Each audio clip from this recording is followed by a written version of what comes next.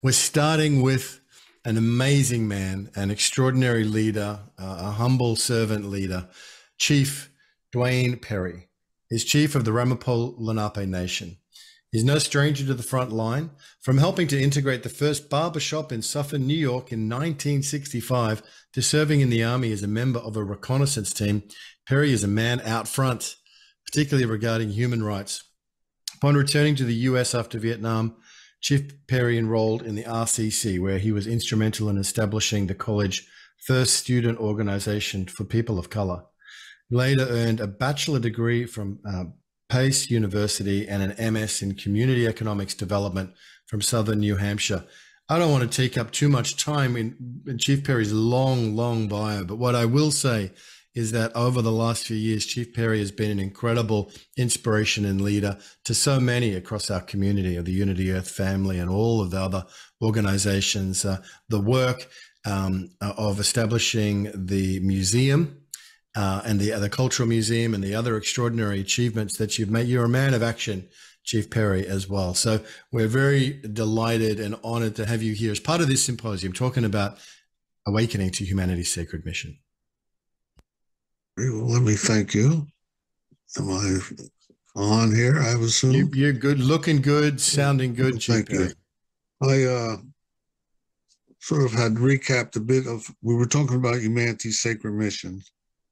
And in understanding our sacred mission, I had sort of analyzed in my own small way how we'd gained the gravitas to where we are. Let's say the sacred mission of humanity is the freeing of the vast collection of ideals shared by the majority of the people throughout the world to be our living way. The intrinsic value which actually dictates the order of importance in many cases is really the subliminal desire for existence through basic security and the need for mutual comforting, love.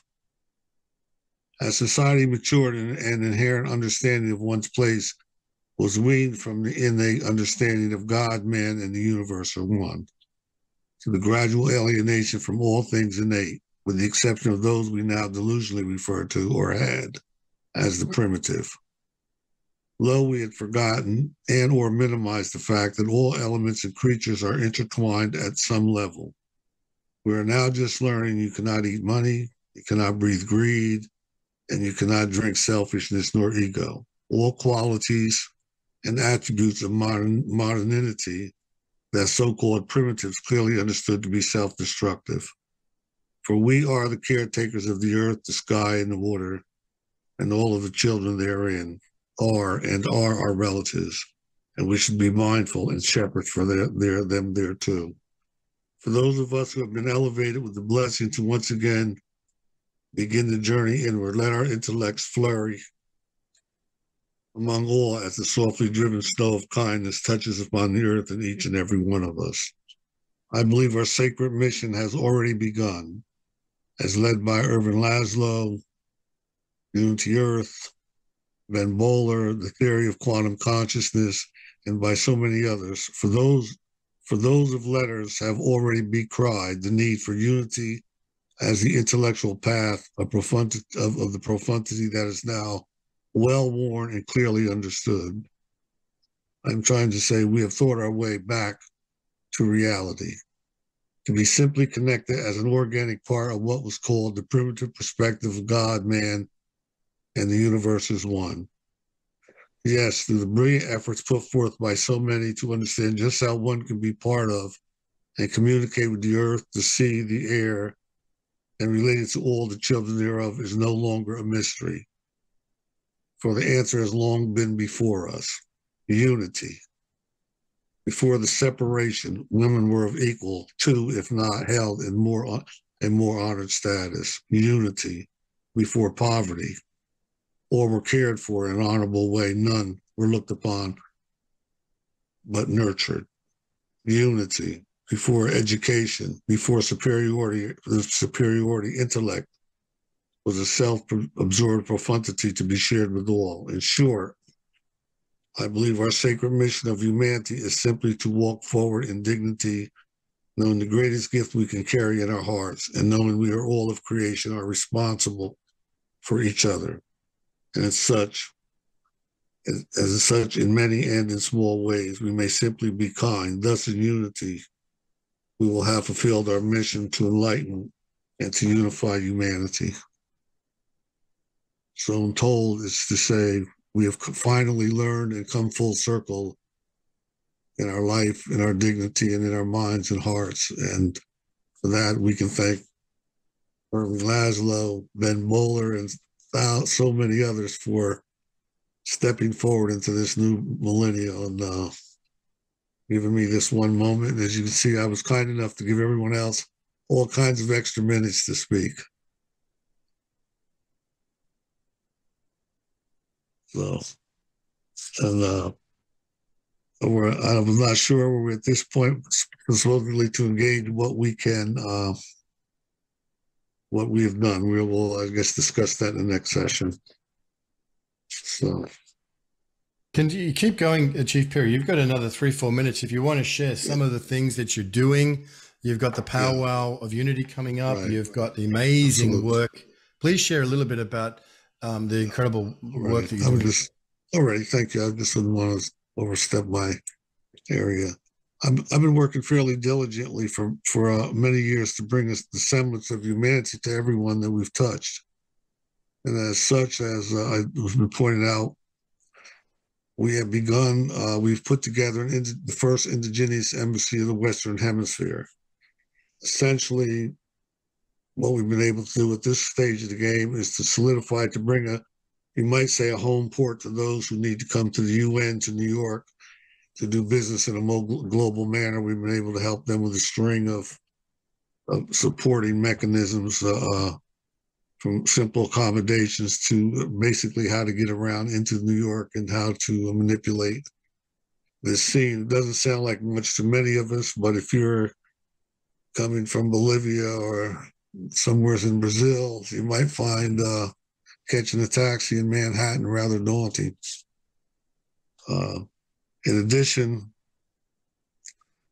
we provided many people with safe places to do ceremony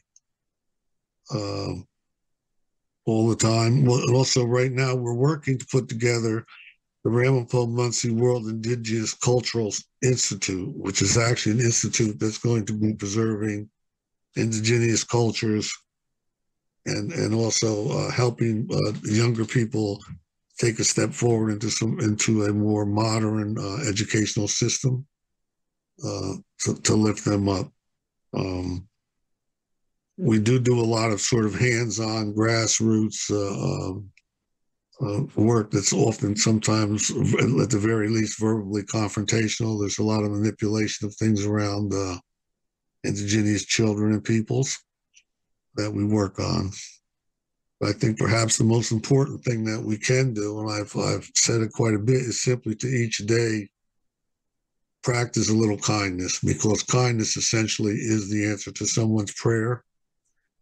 It could be as simple as opening the door for someone that's having a difficulty getting into a room. And also, I think one of the challenges I have, and I hope to hear from some others with some potential solutions, is that because the vast majority of us are people of kind hearts, we avoid confrontation. And I would suggest we continue to avoid confrontation, but by us not voicing an oppositional approach, it many times is supportive of extremely negative behavior in society. So I would ask everyone listen to perhaps help to figure out a way that we can, in a real good way, in a kind way, in a beauty way, offset the fact that by us not joining in aberrant behavior, we can let people know that it's displeasurable and they too can think about a different way to walk. And I do think that perhaps is the biggest challenge we have right now, at least in the American continent. We're turning our back on what's essentially harmful, and that's empowering it. So I'm working with some people to deal with that, but I think the secret is there's got to be a more intellectual, peaceful way to handle it. and I haven't come up on that yet. That's Beautiful. about me. Thank you. Thank you, Chief Dwaine Perry. Thank you for being with us and sharing your amazing work, the cultural center, the museum, the land that's been handed back to the Ramapo Lenape these last years under your stewardship. You have presided over some incredible transformations and continue to do so. So thank you for being with us. And kindness is an answer to someone's prayer. And so often you've been an answer to our prayer, and you continue to be that. Thank you. Thank you, Chief Perry. Thank you. Wonderful.